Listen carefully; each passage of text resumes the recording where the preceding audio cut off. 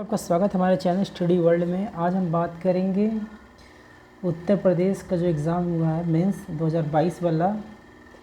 कौन सा हुआ? UP PCS mains 2022। कौन सा हुआ? यूपी पीसीएस मेंस 2022 हुआ है। इसका पहला पेपर आज हुआ निबंध और समान हिंदी। क्या क्या हुआ? समान हिंदी और निबंध। चलिए निबंध की चर्चा करते हैं। निबंध में कौन कौन से टॉपिक थे और किन पर निबंध लिखना सही होता हमारे लिए। जैसा कि आप जानते हैं, पहला पेपर में प्रश्न पत्र 3 खंडों में विभाजित है। प्रत्येक खंड में केवल एक एक विषय पर चयन कर कुल 3 निबंध हिंदी में लिखना होगा। हिंदी, अंग्रेजी या उर्दू में, तीनों किसी भाषा में लिखना। और प्रत्येक निबंध का जो कुल प्रयुक्त शब्दों की अधिकतम संख्या कितनी? 700 होनी चाहिए। प्रत्येक निबंध के लिए 50 संज्ञा। तीनों का अंग समान है, शब्द समान है और उसके साथ साथ हिंदी अंग्रेजी उर्दू में लिख सकते हैं निबंध। चलिए निबंध का जो पहला सेक्शन देखते हैं, खंड है। इनमें कौन कौन से निबंध किससे लिखना ज़्यादा इंपॉर्टेंट रहता है आपके लिए, क्योंकि जिसमें कंटेंट आपके अच्छे रहेंगे। क्या होंगे? कंटेंट अच्छा होना बहुत ज़रूरी है। दूसरा नॉलेज होना बहुत ज़रूरी है।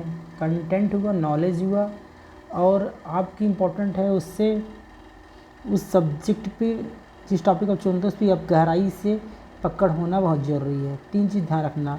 निबंध को हमेशा पैराग्राफ में लिखने की कोशिश करिए, छोटे छोटे पैराग्राफ में, और शुरू से अंत तक इसका व्याख्या करिए सही से। जो आप टॉपिक चुनते हैं उसके बारे में बात करते हैं। चलिए हम देखते हैं। पहला इसका निबंध उत्कृष्ट साहित्य के नए मानक। इम्पोर्टेंट है, ये इम्पोर्टेंट है। ये है हमारा साहित्य से है। क्या है? साहित्य निबंध तभी चुनिए जब आपको साहित्य के प्रति आपका गहरा पकड़ हो, नॉलेज हो, जो अच्छी तरह से आप हिंदी साहित्य या जो साहित्य होता है उसे पढ़े हो सही से, हिंदी इंग्लिश साहित्य, तभी आप इसे पढ़िए। इसमें लिखा है न्यू स्टैंडर्ड। क्या मानक है? एक्सीलेंट लिटरेचर का ये है। दूसरा द्विखंडी व्यक्तित्व में बटी नारी, women divide in double personality. तीसरा बेरोजगारी निवारण में शिक्षा की भूमिका। अब इसे पूछ रहा है role of the education in the educated of unemployment. ये आप इस पर निबंध लिख सकते कि आप पैसे पूरे तैयार, क्योंकि आप इसमें जीएस के तहत जो होता है इकोनॉमिक्स पढ़ते हैं। क्या पढ़ते हैं? इकोनॉमिक्स में आप ये पढ़ते हैं कि बेरोज़गारी क्या है। पहला पढ़ते ही है बेरोज़गारी क्या है, बेरोज़गारी कितने प्रकार की होती है, और पढ़ते हैं कितने प्रकार की होती है, बेरोज़गारी कारण क्या है, ये पढ़ लिए। फिर हम डिवाइड पढ़ते हैं सरकार द्वारा, राज्य सरकार द्वारा, केंद्र सरकार द्वारा, राज्य सरकार द्वारा स्थानीय स्तर पर सरकारी प्रयास का अध्ययन करते हैं। किन कौन सी योजनाएं चलाई गई है।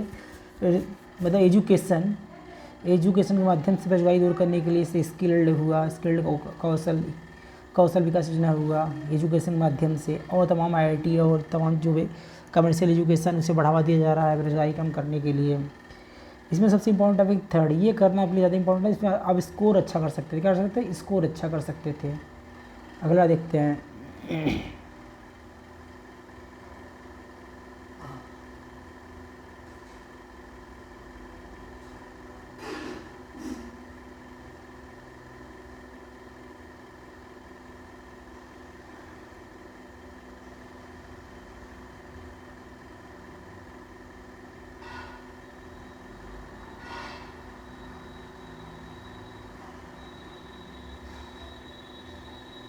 अगला देखते हैं हम। ये हमारा सेकंड टॉपिक है।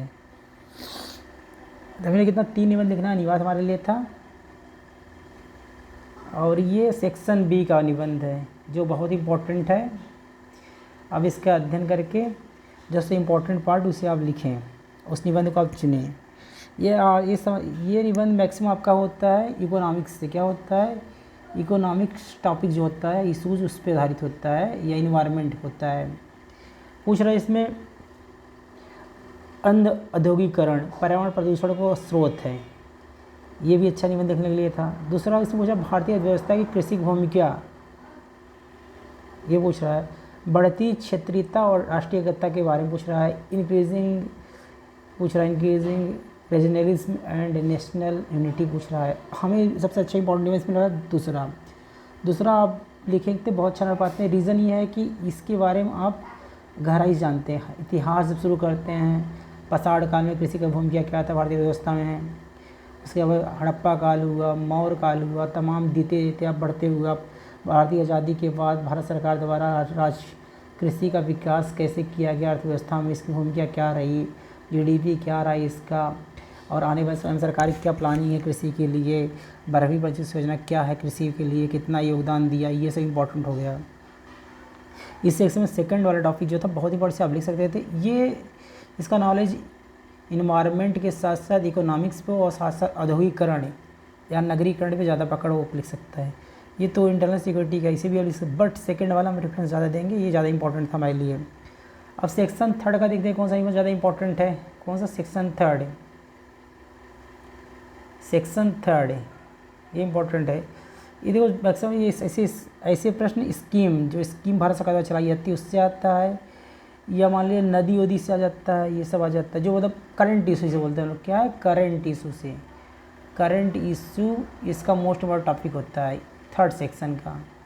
इसी से पूछा जन धन योजना गरीबी का सारथी है, ये इंपॉर्टेंट है। जन धन योजना क्या था? एक वित्तीय योजना था, वित्तीय समावेशन योजना था, जिससे समझते मतलब जो भी भारत के नागरिक जो 18 साल ऊपर हैं, जो बैंक खाता खोलना चाहते हैं और जो सेविंग अपना जमा करना था, उनके लिए ये फ्री था।